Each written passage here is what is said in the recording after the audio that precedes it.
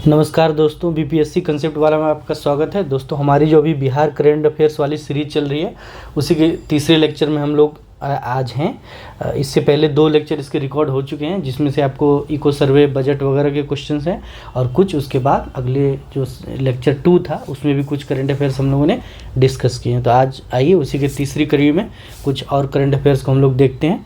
तो जो पहला क्वेश्चन है उसमें आप देखेंगे, आपसे पूछा जा रहा है centre for Tibetan and Indian ancient wisdom, ये जो बनने जा रहा है ये कहाँ पे बनने जा रहा है? तो ये बनने जा रहा है हमारे जो बुद्ध हैं उनकी अपनी भूमि बोध गया पे।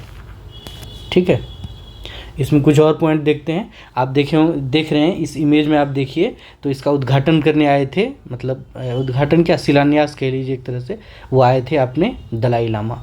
और इसमें एक मिनिस्टर हैं जिनका नाम है किरण रिजिजू। तो आपको ये बताना है कि अभी ये केंद्र सरकार में कौन सा डिपार्टमेंट देखते हैं। किरण रिजिजू, आपको बताना है कि ये कौन सा डिपार्टमेंट अभी देखते हैं। ठीक है, चलिए। और एक आप ये सुशील मोदी साहब को देख रहे होंगे, ये राज्यसभा के मेंबर हैं अभी, और साथ हैं इनका नाम है विनय सहस्त्रबुद्धे। और ये क्या है अभी? तो ये संभालते हैं Indian council for cultural research. ठीक है, तो ये हेड हैं Indian council for culture research. ठीक है, इनका नाम है विनय सहस्त्रबुद्धे। चलिए नेक्स्ट क्वेश्चन देखते हैं। इसमें पद्म अवार्ड की बात हो रही है, जिसमें कि बिहार से 3 हस्तियों को दिया गया था पद्मश्री अवार्ड। और आपको इस क्वेश्चन में ये पूछा जा रहा है कि इसमें से ऑप्शन में से कौन ऐसे हैं जिनको कि ये अवार्ड नहीं दिया गया है। ठीक है, सुभद्रा देवी जी को दिया गया है, कपिल देव प्रसाद जी को दिया गया है, आनंद कुमार को दिया गया है, और ये श्याम शरण है, इनको नहीं दिया गया है। तो श्याम शरण की बात करें तो आप इनका आर्टिकल जो मेन इंग्लिश न्यूज़पेपर्स हैं उनमें ज़रूर पढ़ते होंगे।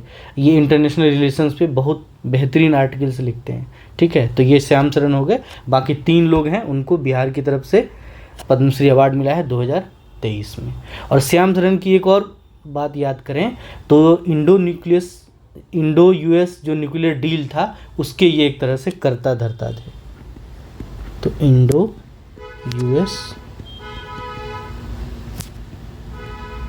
न्यूक्लियर डील के कर्ता धर्ता थे ये। ठीक है, चलिए अब मेन जो हमारा क्वेश्चन है उस पे आते हैं। अब बात करते हैं जो सुभद्रा देवी जी के बारे में। ये इमेज में आप यहाँ पे देख सकते हैं, थोड़ा ब्लर है इमेज, आपको इनका फेस अच्छे से नहीं दिखता होगा। चलिए सुभद्रा देवी जी की बात करें तो ये कहाँ की हैं? ये हैं सीलमपुर गांव है एक, पंडौल ब्लॉक में, मधुबनी में। ठीक है, तो ये कहाँ की हैं? ये सीलमपुर या सलेमपुर कहिए, सलेमपुर विलेज। इनके ब्लॉक का नाम है पंडौल।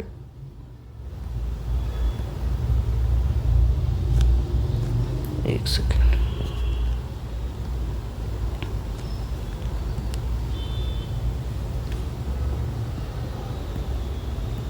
पंडौल, और ये डिस्ट्रिक्ट है मधुबनी। ठीक है, आप सभी जानते हैं इनको बहुत अच्छे से। पेपर मिसी आर्ट की एक महान दिग्गज हैं अपने बिहार की, और बहुत सारे अवार्ड से इनको सम्मानित किया गया है। और इन्होंने क्या किया है, जो पेपर मिसी आर्ट है उसमें इन्होंने मधुबनी पेंटिंग को एक तरह से कहिए मिक्स करके एक हाइब्रिड फॉर्म बना दिया है इन्होंने। और इनका जो एक्सपेरिमेंट है वो इतना बेहतरीन है, और इनके डेडिकेशन को देखते हुए इन्हें क्या कहा गया है? इन्हें कहा जाता है mother of the Madhubani paper mache art. ठीक है, mother of Madhubani paper mache art. ठीक है, ये बिल्कुल याद रखिए इनके बारे में। और अगर अवार्ड की बात करें तो इनको 1980 में स्टेट अवार्ड मिलता है, 1991 में नेशनल अवार्ड मिलता है। तो ये सुभद्रा देवी जी के बारे में कुछ बातें हैं। 1980 स्टेट अवार्ड, और 91 में कहें तो इनको मिला है नेशनल अवार्ड। ठीक है। अब जो अगले हैं हमारे वो हैं कपिल देव प्रसाद। कपिल देव प्रसाद कहाँ के हैं? ये हैं बसवन बीघा, बिहार शरीफ, नालंदा के। और ये जाने जाते हैं किसके लिए? जो इनकी कला है उसका नाम है बावन बूटी। और बावन बूटी में ये एक तरह से वुमेन मटेरियल तैयार करते हैं जो कि बुद्धिज़्म के थीम पे बेस्ड होता है, जिसमें ये साड़ियाँ बनाते हैं, बेडशीट बनाते हैं, कर्टन्स बनाते हैं, टेबल क्लॉथ, इन सब चीज़ों की ये बिल्कुल हाथ से बुनाई करते हैं। और ये कला है इनकी बावन बूटी। ठीक है, थोड़ा सा इनके बारे में लिखते हैं। तो ये कहाँ के हैं? ये है आपको बसवन बीघा, बसवन बीघा, बिहार शरीफ। ठीक है, और इनकी कला है बावन बूटी।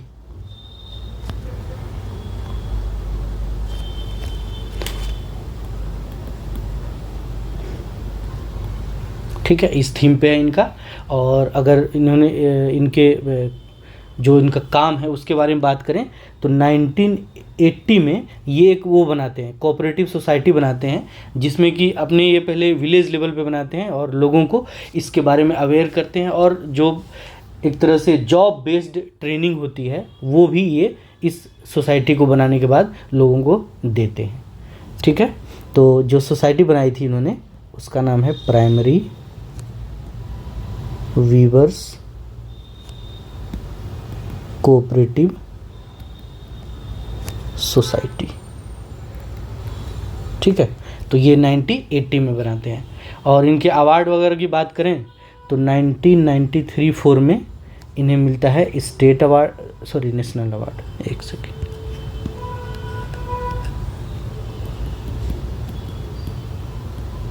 ठीक है। 2001-2 में इनको मिला था वीवर्स अवार्ड, जो कि बिहार सरकार देती है, वीवर्स अवार्ड। और 2004-5 की बात करें तो 2004-5 में इन्हें मिला था अक्षत नमन पत्र, अक्षत नमन पत्र। ठीक है, और ये सारी बातें हो गई इनके बारे में। अब हम जो हमारे तीसरे पुरस्कार विजेता हैं आनंद कुमार, उनकी बात करते हैं। और आनंद कुमार के बारे में आप बहुत अच्छे से जानते होंगे, सुपर 30 के संस्थापक हैं। और सुपर 30 कब बनाई थी उन्होंने? वो बनाई थी उन्होंने 2002 में।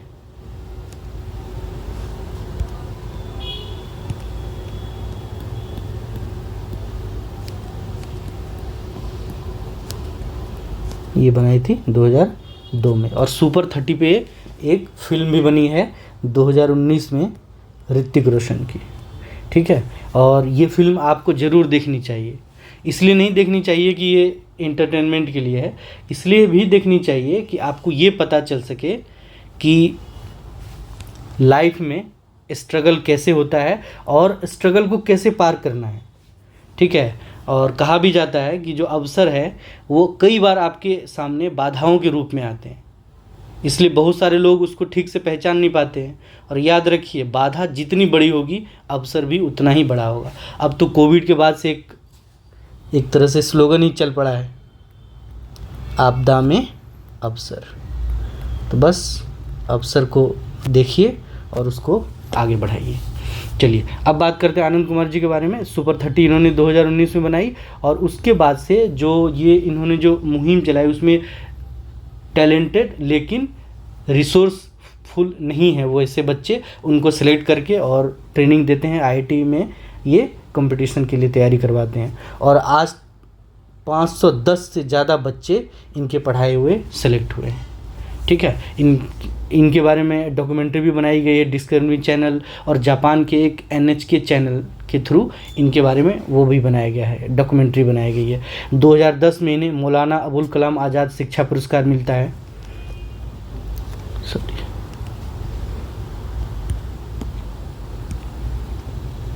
2010 में मौलाना अबुल कलाम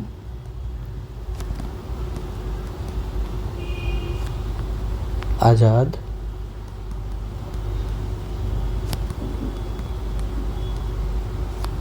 शिक्षा पुरस्कार, ठीक है। और 2015 में इन्हें मिलता है महर्षि वेदव्यास नेशनल अवार्ड। और 2019 की बात करें तो इनको एजुकेशन एक्सीलेंस अवार्ड मिलता है, एक संस्था है FFE करके कैलिफोर्निया की, उनके द्वारा ये मिलता है एजुकेशन एक्सीलेंस अवार्ड। तो इसको थोड़ा सा लिखते हैं।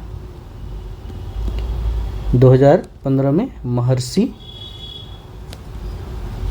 वेदव्यास नेशनल अवार्ड, ठीक है। और 2019 में इन्हें मिलता है एजुकेशन एक्सीलेंस अवार्ड। और ये कौन सी संस्था इनको देती है? FFE, जो कि है कैलिफोर्निया बेस्ड, ठीक है। चलिए, अब आपके लिए एक सवाल है कि आपको ये बताना है, अभी हाल में बिहार सरकार ने एक अपने इनिशिएटिव के लिए इनको ब्रांड एम्बेसडर बनाया है, ठीक है। तो बिहार गवर्नमेंट एक इनिशिएटिव के लिए इनको बनाया है ब्रांड एम्बेसडर, ठीक है। तो आपको कमेंट बॉक्स में इसका जवाब देना है, किस इनिशिएटिव के लिए इनको बनाया है ब्रांड एम्बेसडर, ठीक है। चलिए अगले क्वेश्चन पे चलते हैं। ये भी एक अवार्ड से ही है। इसमें ये आपको पूछा जा रहा है कि ऑप्शन में ऐसी कौन सी हस्ती है जिनको कि बिहार की तरफ से संगीत नाटक अकादमी अवार्ड नहीं दिया गया है, ठीक है, नॉट अमाउंट, उनमें से कौन नहीं है। तो अगर आप देखेंगे तो कुमुद झा दीवान जी को दिया गया है, मिथिलेश राय को दिया गया है, पंडित प्रेम कुमार मल्लिक को भी दिया गया है, लेकिन आलोक कुमार को नहीं दिया गया है, ठीक है। तो ये 3 लोगों को दिया गया है और 2019 से लेकर 21 के फेज में, तो 19, 20 और 21 तीनों साल का एक साथ दिया गया है, ठीक है। और कुमुद झा दीवान को के बारे में बात करें तो ये किस फील्ड से हैं? ये ठुमरी के बहुत बड़े आर्टिस्ट हैं। मिथिलेश राय की बात करें तो ये डायरेक्शन में है, निर्देशन कैटेगरी में इनको मिला है। पंडित प्रेम कुमार मल्लिक की बात करें तो ये प्ले राइटिंग करते हैं, प्रेम कुमार मल्लिक, सॉरी नहीं, ये हिंदुस्तानी वोकल के हैं, हिंदुस्तानी वोकल, ठीक है। अब बात करते हैं जो 6 लोगों को मिला है, जिनमें से 3 तो हो गए, 3 और नाम देखते हैं कौन कौन है। तो एक नाम है ऋषिकेश सुलभ, ठीक है। एक नाम है रंजना कुमारी झा, रंजना कुमारी झा, और एक नाम है नीलेश्वर मिश्रा, सॉरी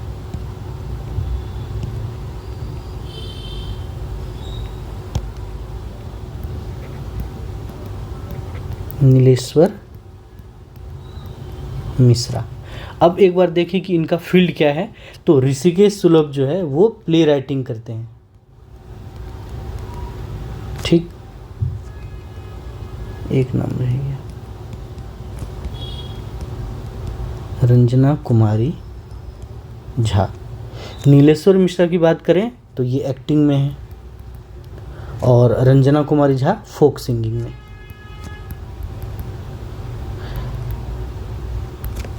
यूट्यूब पर आप देखेंगे इनके बहुत सारे, आपको मैथिली में भी बहुत सारे इनके सॉन्ग मिलेंगे, ठीक है। अब ईयर देख लें कौन से ईयर के लिए किनको मिला है। तो अगर कुमुद झा दीवान की बात करें तो इनको 2021 के लिए मिला है। मिथिलेश राय की बात करें तो 2020 के लिए मिला है। पंडित प्रेम कुमार मल्लिक को देखें तो 2019 के लिए इनको मिला है। और ऋषिकेश सुलभ जी की बात करें तो इनको 2019 के लिए मिला है। नीलेश्वर मिश्रा इनको 2021 के लिए मिला है और रंजना कुमारी झा इनको 2020 के लिए मिला है, ठीक है। ये सारे लोगों को मिला है। और अगर बात करें हम इनकी ऋषिकेश सुलभ जी की, तो इनको अभी एक हाल में एक और सम्मान मिला है, वो नाम है कथाक्रम सम्मान 2022 के लिए, कथाक्रम सम्मान 2022 के लिए, ठीक है, तो ये इतनी बातें इनके बारे में जाननी थी हमें। और एक चीज़ और है कि जब हमने आलोक कुमार जी की बात करी है, तो आलोक कुमार जी की बात करें तो वो अभी क्या है, वो है सीनियर वाइस प्रेसिडेंट, एक है संस्था global smart city business, senior vice president, और संस्था कौन सी है, ग्लोबल स्मार्ट सिटी बिजनेस। ठीक है, तो आलोक कुमार जी के बारे में बातें हो गई। चलिए अगला क्वेश्चन देखते हैं। इसमें यह है कि बिहार से आपसे पूछा जा रहा है कौन सी हस्ती को स्वच्छ सुजल शक्ति सम्मान 2023 के लिए दिया गया है। ठीक है, तो इमेज में आप देख सकते हैं, और ये हैं बबीता गुप्ता जी। ठीक है, तो बबीता गुप्ता जी को मिला है 2023 के लिए स्वच्छ सुजल शक्ति सम्मान। और ये कहाँ की हैं, तो ये मुजफ्फरपुर के सीहो गांव की हैं,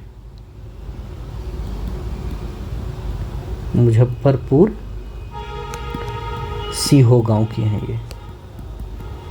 ठीक है, एक जीविका सदस्य हैं ये। ठीक है, और किस कैटेगरी में अगर इनको अवार्ड की बात करें तो ये कैटेगरी है plastic waste processing, category plastic waste processing.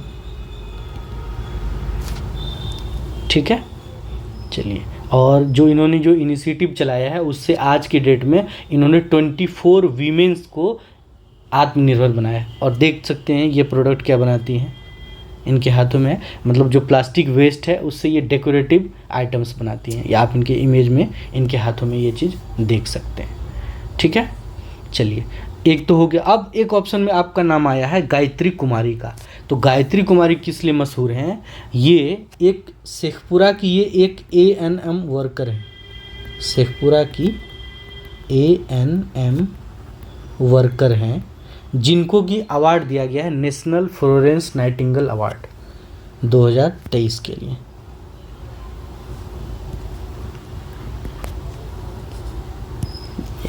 Change करते हैं। ठीक है, नेशनल फ्लोरेंस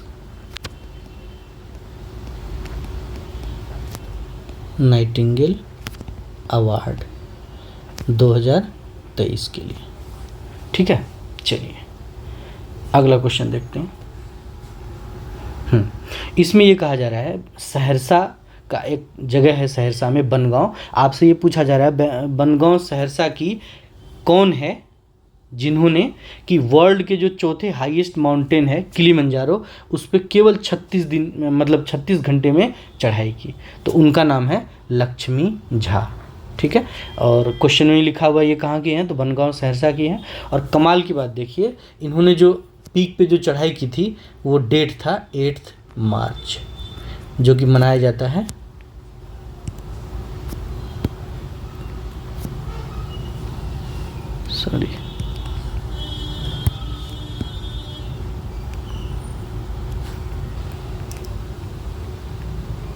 और वो उन्होंने करी थी 8 मार्च को, और इसी दिन मनाया जाता है क्या, वीमेंस डे। ठीक है, चलिए अगला देखते हैं। अगले क्वेश्चन में आपसे पूछा जा रहा है कि अगर आज की डेट में बात करें तो बिहार लेजिस्लेटिव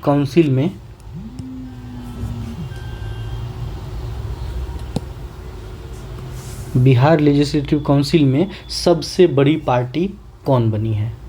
ठीक है, तो अगर इस इमेज में आप देखेंगे ध्यान से तो इसमें आपको पूरा ये आज का डेटा है बिल्कुल, और इसके हिसाब से जो सबसे बड़ी पार्टी बन गई है वो बन गई है भाजपा।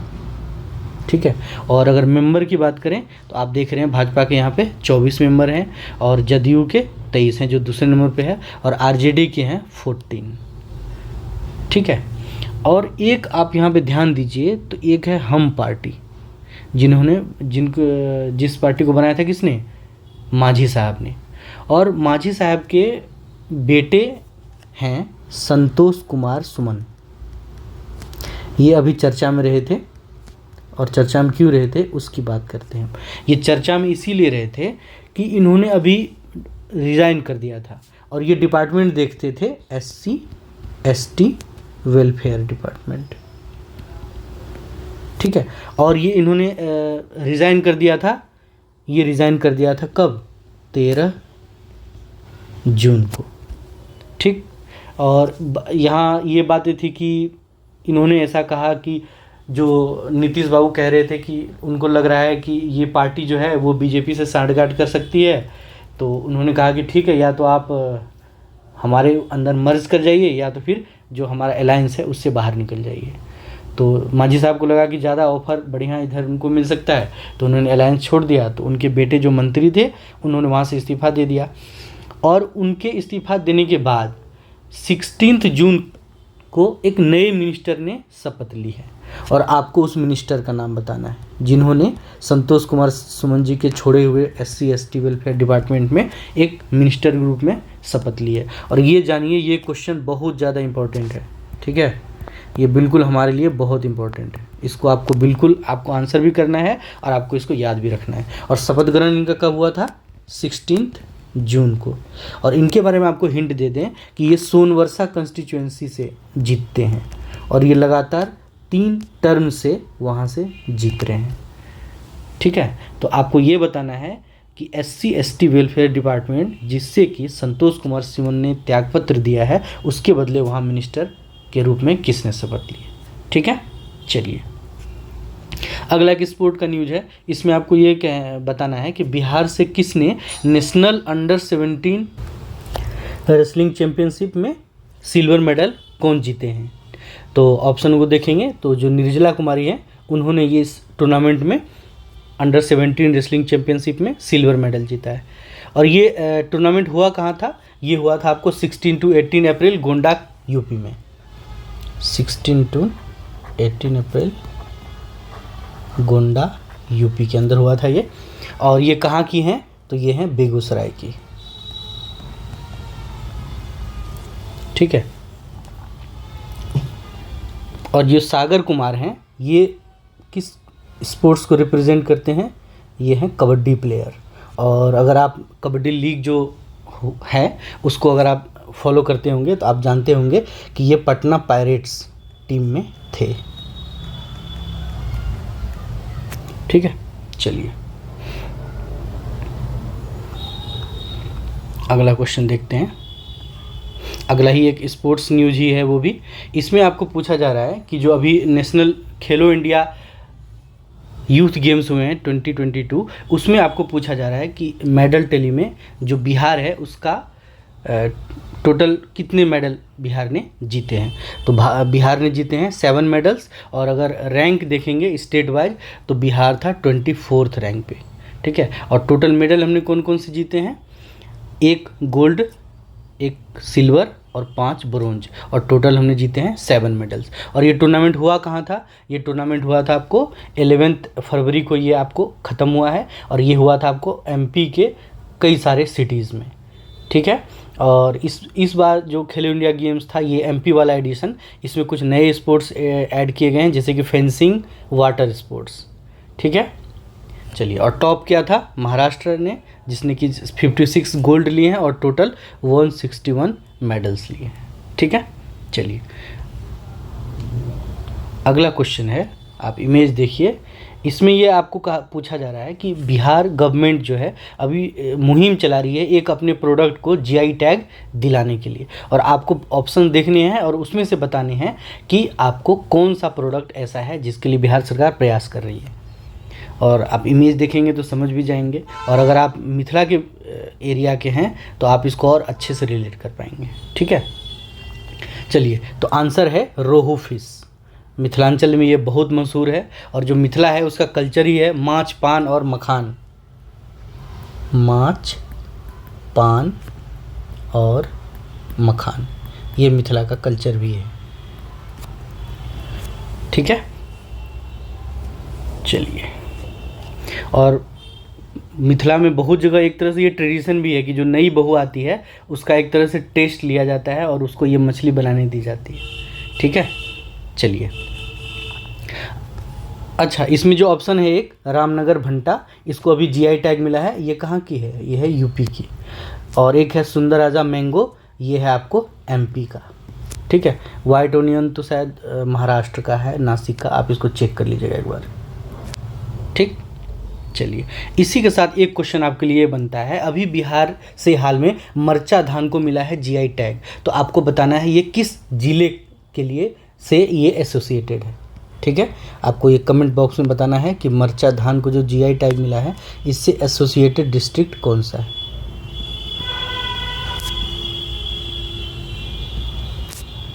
ठीक है, ये आप कमेंट बॉक्स में आंसर करेंगे। चलिए अगला न्यूज़ हम देख रहे हैं, मॉडल जीनोम क्लब। तो ये जो मॉडल जीनोम क्लब है, आपको ये पूछा जा रहा है कि इसको कहाँ बनाया जा रहा है, तो इसका सही जवाब है बिहार एग्रीकल्चर यूनिवर्सिटी भागलपुर। ठीक है, और इसको जो बनाया जा रहा है वो एक मिशन है, राष्ट्रीय कृषि विकास योजना, उस मिशन के तहत इसको बनाया जा रहा है। और इसका जो पर्पस है वो है ट्रेडिशनल सीड वैरायटीज़ को सेव करने का, और ख़ास करके इसमें ध्यान रखा जाएगा जर्दालू मैंगो का, जो एक और वैरायटी है जिसको कि हमारे यहाँ फिर जीआई टैग दिया गया है। ठीक है, चलिए अगला एक न्यूज़ है, इसमें रैंकिंग पूछी गई है बिहार की, इंडिया जस्टिस रिपोर्ट, और इसके हिसाब से पूछा जा रहा है आपसे कि बिहार का इसमें रैंक क्या रहा है, तो इसका आंसर है 16। इसमें बिहार का रैंक रहा है 16, और टॉप जो है वो रहा है झालसा। झालसा मतलब Jharkhand legal services authority, JHAMSE, Jhalsa यानी कि झारखंड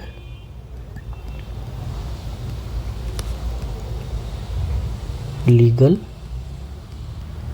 सर्विसेज अथॉरिटी। ठीक है, और अगर स्कोर की बात करें तो बिहार के लिए रहा वो 4.41 स्कोर, और ये झालसा के लिए रहा 6.1। ठीक है, चलिए अगला जो न्यूज़ है उसमें ये आपको पूछा जा रहा है कि नालंदा यूनिवर्सिटी के अभी जो चुने गए हैं चांसलर वो कौन है। इसका सीधा सा जवाब है अरविंद पनगड़िया। और पनगड़िया के बारे में जान लीजिए, इनको पद्म भूषण भी मिल चुका है, ये फर्स्ट वाइस चेयरमैन भी रह चुके हैं नीति आयोग के, और पहले से नालंदा यूनिवर्सिटी की जो गवर्निंग बॉडी है उसके ये मेंबर भी रह चुके हैं। और एक आप ऑप्शन में देखे होंगे, एक नाम होगा मनोज झा जी का, और इन्होंने हमारा जो मैगजीन है उसको भी ये इन्होंने लोकार्पण किया था उसका, मनोज झा जी ने। ठीक है, और ये इसलिए भी मशहूर हैं, इनको अभी हाल में मिला था सांसद रत्न सम्मान 2022 के लिए। ठीक है, ये बिल्कुल याद रखेंगे, इनको सांसद रत्न सम्मान मिला है मनोज झा जी को। ठीक है, चलिए एक नाम आता है देवेंद्र कुमार शुक्ला, और देवेंद्र कुमार शुक्ला की बात करें तो इनको अभी अपॉइंट किया गया है chairman Bihar state pollution control board का। ठीक है, तो इसको हम लिखते भी चलते हैं, chairman Bihar state pollution control board. ठीक है, और एक और ऑप्शन जो है वो भी उतना ही इम्पोर्टेंट है, प्रोफेसर रंजीत कुमार वर्मा। और इनकी बात करें तो ये बिहार से ऐसे साइंटिस्ट हुए हैं, एकमात्र साइंटिस्ट, मतलब बिहार से ये पहले साइंटिस्ट हुए हैं जिनको कि जो कि जनरल सेक्रेटरी बने हैं इंडियन साइंस कांग्रेस एसोसिएशन के। ठीक है, तो इनके लिए लिखते हैं बिहार के इकलौते साइंटिस्ट। ठीक है, जो कि क्या बने हैं, जनरल सेक्रेटरी। कहाँ के, तो Indian science Congress association, Indian science Congress association. ठीक है, तो ये बिल्कुल आपको ध्यान रखना है क्योंकि ये बिहार के इकलौते हैं। चलिए आगे बढ़ते हैं। अगला है कि जो झांकी निकाली जाती है रिपब्लिक डे पे, उसमें आपको पूछा जा रहा है कि कौन सा झांकी किस डिपार्टमेंट की बिहार सरकार के उसने टॉप किया है। ठीक, तो इसमें टॉप किया है पंचायती राज डिपार्टमेंट की झांकी ने, और इनकी जो झांकी निकली थी वो निकली थी, अगर उसकी थीम की बात करें तो वो था स्ट्रॉन्ग पंचायत प्रोस्पेरस विलेज। ठीक, और उस समय जो राज्यपाल थे वो थे फागू चौहान। और टोटल 12 झांकियाँ इस वाले रिपब्लिक डे पर निकाली गई थी और गांधी मैदान के अंदर। और आपके लिए क्वेश्चन है कि जो फागू चौहान जो उस समय बिहार के राज्यपाल थे वो आज की डेट में कहाँ के राज्यपाल हैं। ठीक है, तो ये जो रिशफलिंग हुई है गवर्नर्स की, आपको बताना है कि फागू चौहान कहाँ के हैं आज अभी वर्तमान में राज्यपाल। ठीक है, तो आपको इसको कमेंट में करना है आंसर। चलिए आगे देखते हैं। जो हमारी बीपीएससी है उसने अभी अपने 75 साल पूरे किए हैं। ठीक है, 75 साल पूरे किए हैं। और इसकी जो स्थापना हुई थी वो क्वेश्चन में यही पूछा जा रहा है कि इसकी स्थापना कहाँ हुई थी। तो इसकी स्थापना हुई थी आपको रांची में। ठीक है, और वो डेट था 1 अप्रैल 1949। और जो आज जो बीपीएससी का दफ्तर पटना में है, तो अगर इसके पटना शिफ्टिंग की बात करें तो वो हुआ था 1 अप्रैल 1951 और ये आ गया था उसके बाद पटना में। ठीक है, और 1951-52 में इन्होंने अपना पहला एग्ज़ाम कंडक्ट कराया था। और उस समय आप सोचिए कि केवल 600 एप्लीकेंट्स थे और आज अभी हाल में जो 68वीं हुआ उसमें लगभग 6 लाख थे। तो ये सोचिए कि 600 से 6 लाख का सफ़र इन्होंने तय किया है, जिसमें 2 लाख लोगों से ज़्यादा को इन्होंने जॉब दिया है। और पहले इसमें जो मेंबर्स हुआ करते थे वो 11 थे, बाइफर्केशन से पहले की बात करें, इंक्लूडिंग चेयरमैन। लेकिन आज के डेट में 6 मेंबर होते हैं इंक्लूडिंग चेयरमैन। और हमारे अभी जो इसके हेड हैं, जो चेयरमैन हैं, वो हैं अब्दुल प्रसाद जी। और जब से वो आए हैं तब से उन्होंने एक एक करके बहुत सारे ऐसे रिफॉर्म लाए जिनकी सच में बीपीएससी को ज़रूरत थी। ये अपडेशन एकदम नेसेसरी था बीपीएससी के लिए। और अभी आप टीआरई का एग्ज़ाम भी देख लीजिए, क्या क्वेश्चन का पैटर्न कितना खूबसूरत उन्होंने बनाया है। तो बस यही है। चलिए, और सबसे बड़ी बात जान लीजिए कि रिफॉर्म हमेशा ये ज़रूरी होता है। और अगर गंगा को लेकर आना है आपको स्वर्ग से, तो किसी न किसी को भागीरथ तो बनना ही पड़ेगा। ठीक है, चलिए अगला क्वेश्चन आपसे पूछा जा रहा है। बिहार सरकार को अभी मतलब बिहार को विश्वकर्मा अवार्ड मिला है किस स्ट्रक्चर के लिए। ठीक है, तो अगर स्ट्रक्चर की बात करें तो वो स्ट्रक्चर है अंजुमन इस्लामिया हॉल। आप ये इमेज में भी उसको देख सकते हैं। ठीक है, तो अंजुमन इस्लामिया हॉल की बात करें तो एक अभी हाल में दिल्ली के अंदर इंडियन कंस्ट्रक्शन मीट हुआ था, उसके दौरान बिहार को ये विश्वकर्मा अवार्ड दिया गया था अंजुमन इस्लामिया हॉल के निर्माण के लिए। और अगर इसका स्टाइल पूछ लें किस स्टाइल में ये बना गया है, तो वो है Indo Islamic architect. Indo Islamic architect. ठीक है, चलिए आर्किटेक्चर कर देते हैं। ठीक है, चलिए जो अगला क्वेश्चन है वो एक बुक है जिसको कि नीतीश कुमार जी पर लिखा गया है, प्रयोगधर्मी विकास शिल्पी नीतीश कुमार।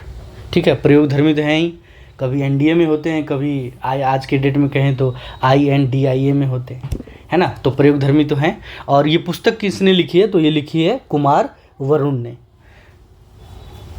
और अब अदर्स ऑप्शन की बात करें तो एक नाम आप देख रहे हैं ऑप्शन में लिखा हुआ है डॉक्टर बीरबल झा।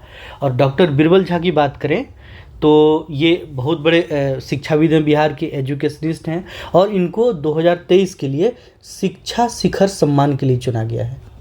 शिक्षा शिखर सम्मान 2023 के लिए चुना गया किसको, डॉक्टर बीरबल झा जी को।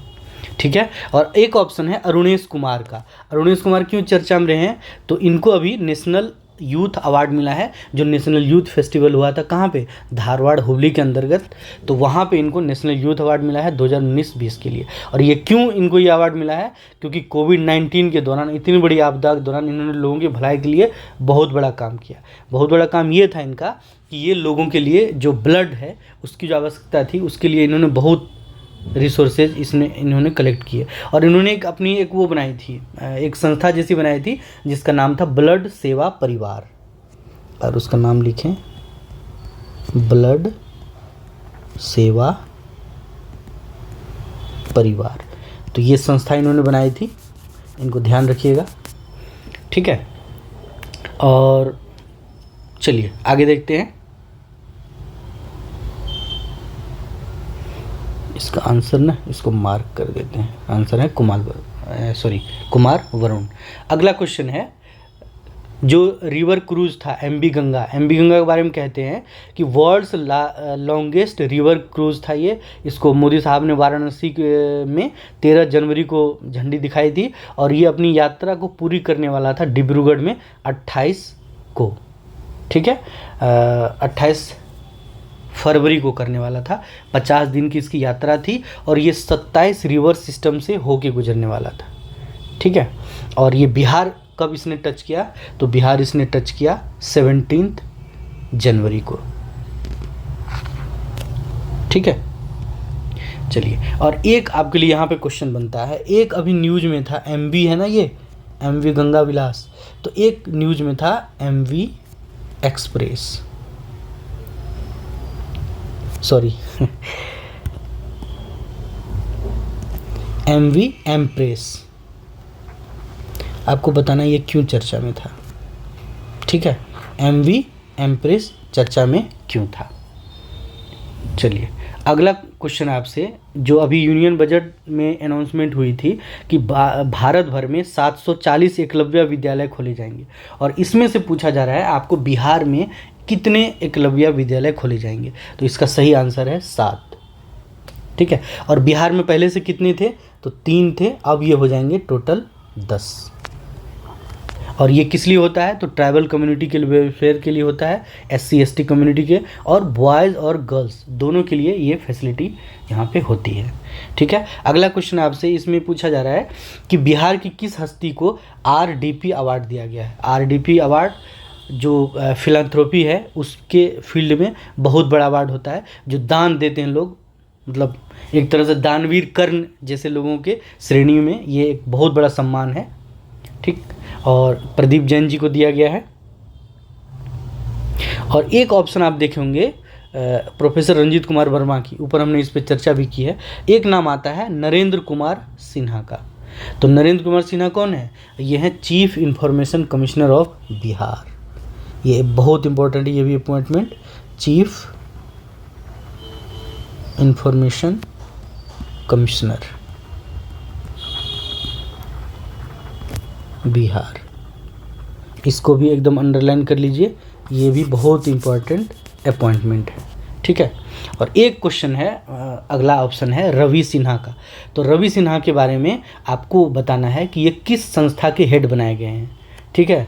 ये आप कमेंट बॉक्स में करेंगे, आपके लिए बहुत सारे क्वेश्चंस हैं इस वीडियो में भी, तो आपने बहुत अच्छा पार्टिसिपेट किया है अपने कमेंट बॉक्स में, तो इसमें भी आपको कई सारे क्वेश्चंस हैं आपको उसमें करने हैं, तो आपको बताना है कि ये किसके हेड बनाए गए हैं,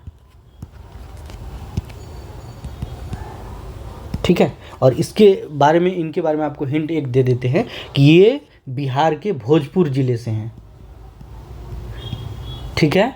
और सीनियर IPS हैं छत्तीसगढ़ कैडर से, ठीक है। बस आपको ये बताना है कि इनको किस संस्था का हेड बनाया गया है, ठीक है। चलिए, अगला क्वेश्चन देखते हैं, बिहार के नए गवर्नर कौन चुने गए हैं। ये बहुत सिंपल सा सवाल है, तो इसके जो चुने गए हैं वो हैं राजेंद्र विश्वनाथ अर्लेकर, और ये कितने नंबर के हुए हैं, तो ये हुए हैं 41 नंबर के, ठीक। और इनको शपथ किसने दिलाई थी, तो उस समय जो चीफ जस्टिस थे वो थे चक्रधारी शरण सिंह, उन्होंने इनको शपथ दिलाई थी। इनकी नियुक्ति कब हुई थी, तो 12 फरवरी को 2023 को राष्ट्रपति ने एक साथ 13 वो बनाए थे उन्होंने राज्यपाल, उसमें से एक ये भी थे।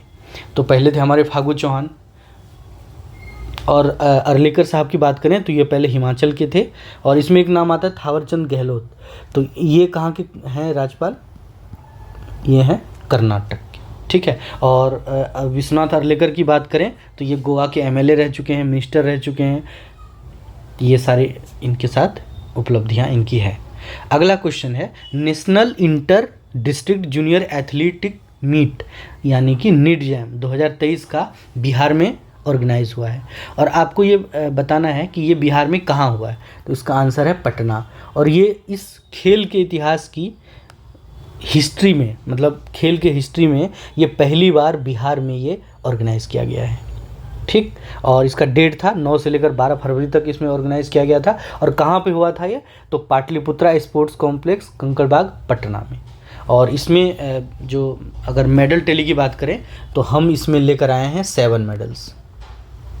और 7 मेडल्स में हैं 3 गोल्ड हैं, 3 सिल्वर हैं और 1 है ब्रोंज। टोटल 7 मेडल्स हम इसमें लेकर आए हैं। चलिए अगला है, बिहार का पहला वाइल्ड लाइफ हॉस्पिटल वो कहाँ पे खोला जा रहा है, किस जिले की बात हो रही है यहाँ पे, तो इसका सही जवाब है मुजफ्फरपुर। ठीक है, यहाँ पे दोनों ऑप्शन में ईस्ट हो गया है, तो एक में आप इसको वेस्ट कर दीजिएगा। ठीक है, चलिए।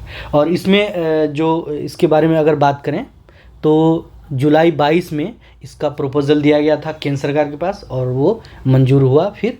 और जो फॉरेस्ट, अगर इसका नाम क्या है तो यह है फॉरेस्ट रेंज शेरपुर, यानी वन अरण्य शेरपुर। ठीक, और ये कहाँ पे है, मुजफ्फरपुर डिस्ट्रिक्ट में। इसमें क्या है कि जो एनिमल्स, वाइल्ड एनिमल्स को रेस्क्यू करते हैं, उसके बाद उनको 15 दिन तक हॉस्पिटल में ऑब्जर्वेशन में रखते हैं और जैसे वो फिट होता है फिर उसको जंगल में ले जाकर छोड़ देते हैं। चलिए अगला क्वेश्चन है, इसमें आपको ये पूछा जा रहा है कि जो केंद्र सरकार की एक स्कीम है जिसमें वो स्वीट रिवॉल्यूशन यानी कि हनी प्रोडक्शन के लिए बिहार में कितने जिलों को सिलेक्ट किया गया है जिसमें कि वो इसके लिए प्रमोट करेंगे यहाँ पे स्वीट रिवॉल्यूशन को, यानी हनी प्रोडक्शन को प्रमोट करेंगे। तो इसका सही आंसर है 17। तो बिहार से 17 जिलों का चयन हुआ है। और ये किस मुहिम के अंतर्गत आता है, ये आता है national bee keeping and honey mission. National bee keeping and honey mission. ठीक है, इसमें लगभग बजट जो है इसका 1.30 करोड़ का है और इसकी जो पहली इंस्टॉलमेंट है ये जिलों में भिजवा भी दी गई है। ठीक है, चलिए अगला क्वेश्चन देखते हैं। इसमें ये पूछा जा रहा है आपसे कि फरवरी 2023 में एक फ्लोटिंग रेस्टोरेंट खोला गया है NIT घाट पटना पे। तो आपको पूछा जा रहा है ये फ्लोटिंग रेस्टोरेंट किस पे खोला गया है। आपको एक जैसे नाम मिलेंगे, आपको MB गंगा विहार है, गंगा विलास है, गंगा पर्यटन है, गंगा यात्रा है। तो ये ऑप्शन नहीं है, ये सिर्फ क्रिएटिविटी है। तो इसका जो सही जवाब है वो है MB गंगा विहार। ठीक, और इसका जो उद्घाटन है वो हुआ था आपको 3 फरवरी को, 3 फरवरी 2023 माननीय उप मुख्यमंत्री जो हमारे तेजस्वी यादव है उनके द्वारा। और इसका परिचालन कौन सी संस्था करेगी, तो वो परिचालन करेगी संध्या सम्राट construction and services private limited, जिनको कि 15 साल के लिए इसका रखरखाव की जिम्मेदारी दी गई है।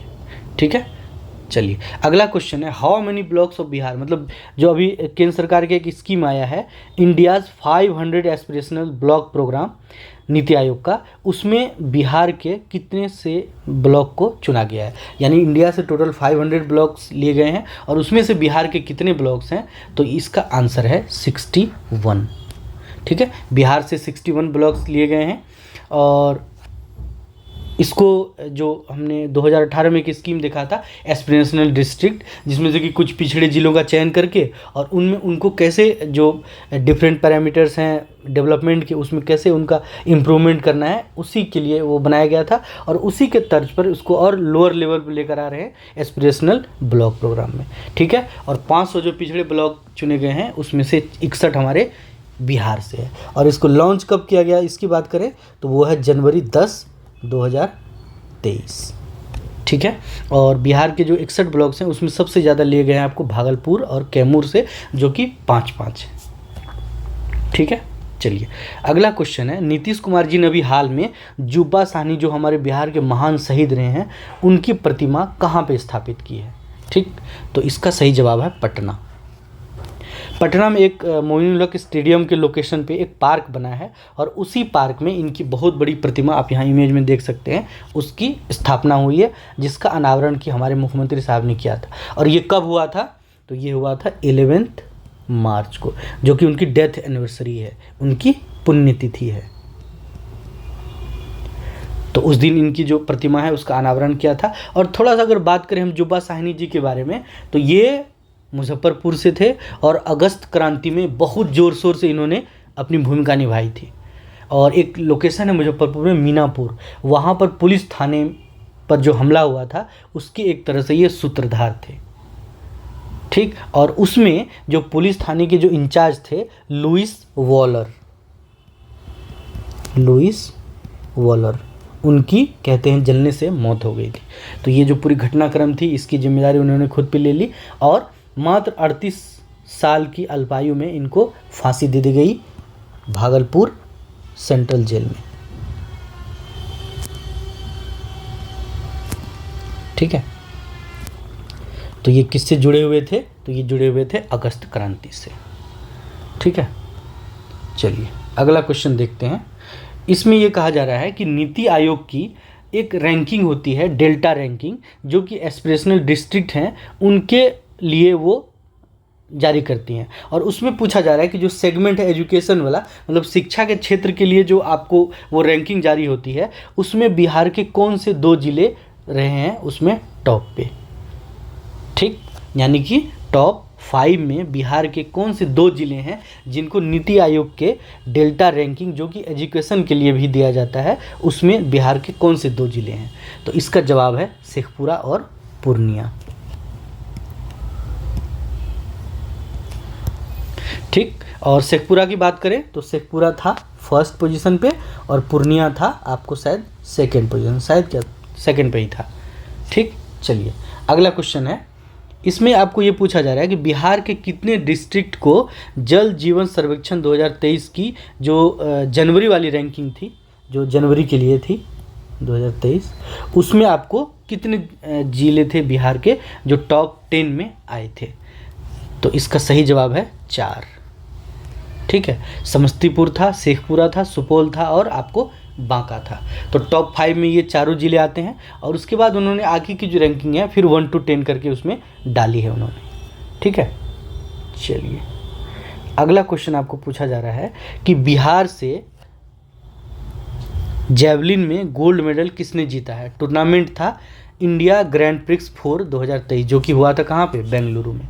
तो आपको पूछा जा रहा है इस इवेंट में गोल्ड मेडल किसने जीता था जैवलिन थ्रो में? तो इसका सही जवाब है अंजनी कुमारी। तो Anjani Kumari senior women category में थी ये और उन्होंने गोल्ड मेडल जीता था। और दूसरे ऑप्शन जो उमा चौधरी और रुंजुन पेगू हैं, ये उन्हीं इवेंट में इनसे वो दोनों compete कर रही थी। उमा चौधरी 3rd आई थी और रुंजुन पेगू आई थी 4th। और एक नाम इसमें डाला गया ऑप्शन रविंद्रन शंकरन, और ये कौन है? तो ये हैं आज के डेट में डायरेक्टर जनरल हैं बिहार स्टेट स्पोर्ट्स अथॉरिटी के, बिहार स्टेट स्पोर्ट्स अथॉरिटी के अभी क्या है ये डायरेक्टर जनरल।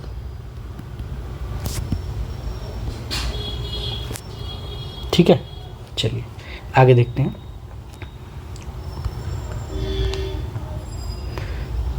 आज का हमारा लास्ट क्वेश्चन है, उस पर हम आते हैं। इसमें आपको ये पूछा जा रहा है कि इंदुबाला सिंह, जो कि आप इमेज में देख सकते हैं, उनका अभी निधन हुआ था, तो उनके बारे में बताना है कि वो कौन थी। ऑप्शन है आपके बिहार से पहले ज्ञानपीठ पुरस्कार पाने वाली। दूसरा पूछा ऑप्शन है आपको कि पहली वीमेन थी बिहार से जो कि गवर्नर बनी थी, राज्यपाल बनी थी। और तीसरा ऑप्शन है आपको पहली वीमेन जज थी पटना हाई कोर्ट की। तो इसका सही जवाब है ऑप्शन सी, यानी कि फर्स्ट वीमेन जज ऑफ पटना हाई कोर्ट। ठीक, तो ये हो गया। अब हम दूसरे ऑप्शंस की बात करते हैं। तो अच्छा, पहले इनके बारे में थोड़ा सा जान लेते हैं, इंदु प्रभा जी के बारे में। तो इंदु प्रभा जी के बारे में है कि ये मुजफ्फरपुर से थी और 1971 में ये एडवोकेट बनी थी पटना हाई कोर्ट में, और 1990 में ये फर्स्ट फीमेल जज ऑफ अनडिवाइडेड बिहार बनी थी ये।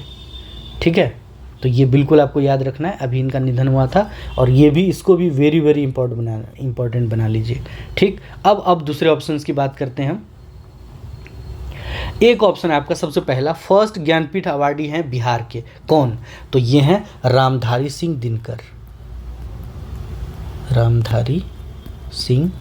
और इसी से आपका एक क्वेश्चन तैयार होता है आपके लिए कमेंट बॉक्स में, जिसका आपको आंसर करना है। इनको इनकी किस रचना के लिए 1972 में ज्ञानपीठ अवार्ड दिया गया था, जो कि बिहार के पहले ज्ञानपीठ अवार्डी ये बने हैं। ठीक है, चलिए अब हम दूसरे जो ऑप्शन है उस पे आते हैं कि पहली वीमेन कौन थी बिहार से जो कि गवर्नर चुनी गई, ठीक, और उनका नाम था राम दुलारी सिन्हा। राम दुलारी सिन्हा, ठीक है। और अगर हम राजभवन केरल के वेबसाइट के हिसाब से अगर बोलें तो ये पहली वीमेन थी बिहार की to have masters degree, Ram Dulari Sinha, ठीक है। तो ये भी आप ध्यान रखिए, women in first women in Bihar, sorry,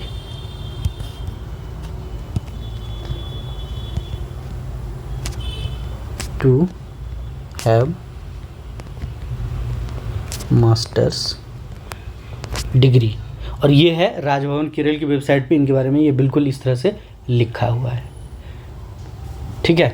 और एक ऑप्शन लास्ट हमारा है फर्स्ट वीमेन जज of the supreme court of India from Bihar, तो ये हैं ज्ञान सुधा मिश्रा, ज्ञान सुधा मिश्रा। तो आज के लिए इतने यही करंट अफेयर्स है जिसको हम लोग डिस्कस किए हैं। मिलते हैं फिर अगले वीडियो में। बहुत बहुत धन्यवाद।